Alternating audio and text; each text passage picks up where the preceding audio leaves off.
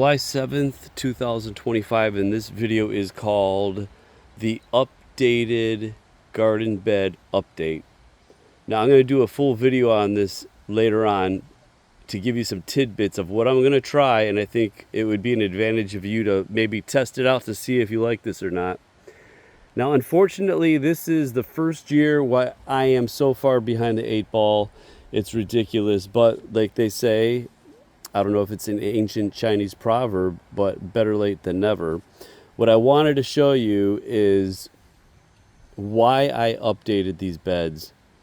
Now, the reason why I updated them, if you look at some old videos, you might be able to see. I'm going to actually put up a picture right now and show you what I started with.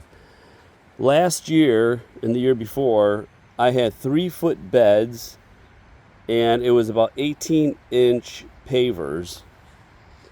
And I'm going to show you those pavers right over here, but you probably know what I'm talking about. Those little buggers right there. It looked really cool.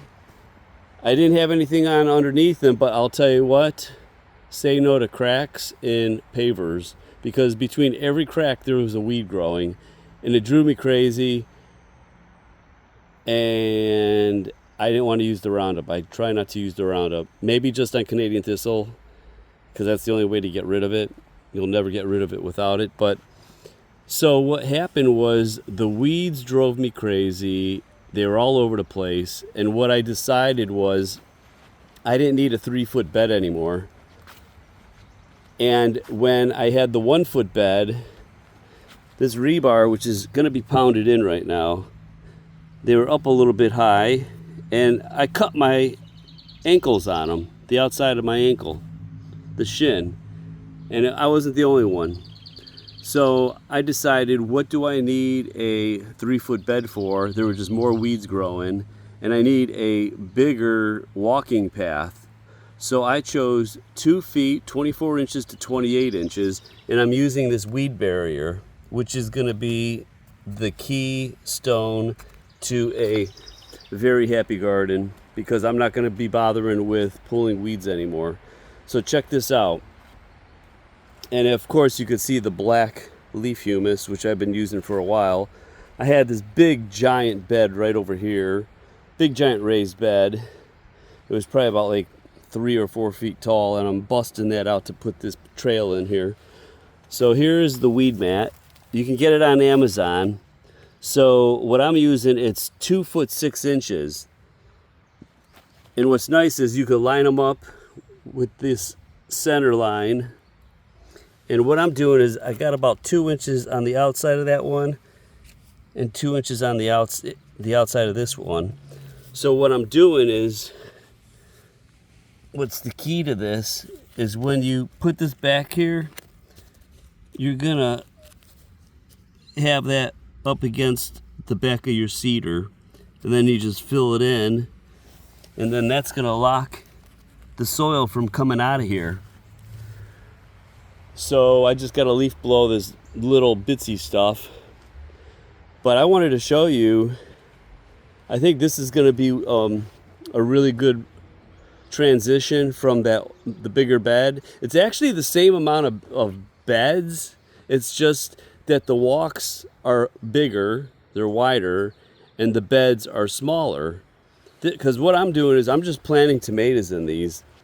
3 feet was plenty. It was actually too big, and then once they're coming out over here, I could hardly walk in between them to harvest them. So I think this is going to be the key, is to have a smaller bed, smaller growing bed, and a bigger walking bed. So I still got to do this.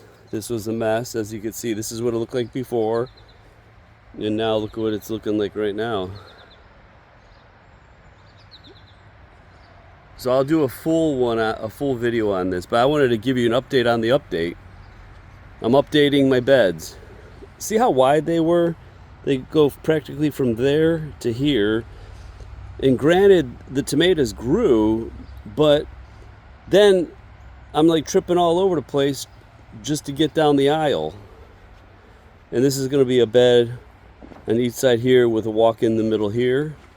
And look at this. Here's another little tidbit I wanted to show you. We got a place called Trader Joe's. Some other grocery stores, they sell them. I think they have organic basil, and they're in clusters. One little container is in a cluster. And look what I did. It's in like this cluster. But what it is every one of these plants was in that cluster about 2 weeks ago. And all you do is you break them apart and you give them a new pot. And then you just plant them separately. So instead of one pot that's multi-stemmed, now I have 1, 2, 3, 4, 5, and I got a 6th plant up on the shelf over there that I'm gonna try growing here. I'm gonna show it to you here. See, I got it in this little cedar gutter with some eggplants. I just put these in like a week ago. But look at, they're already bouncing back. Look at that beautiful basil. So that guy right there, along with these others, and look at this bed. I just planted it up today, so it's not too late.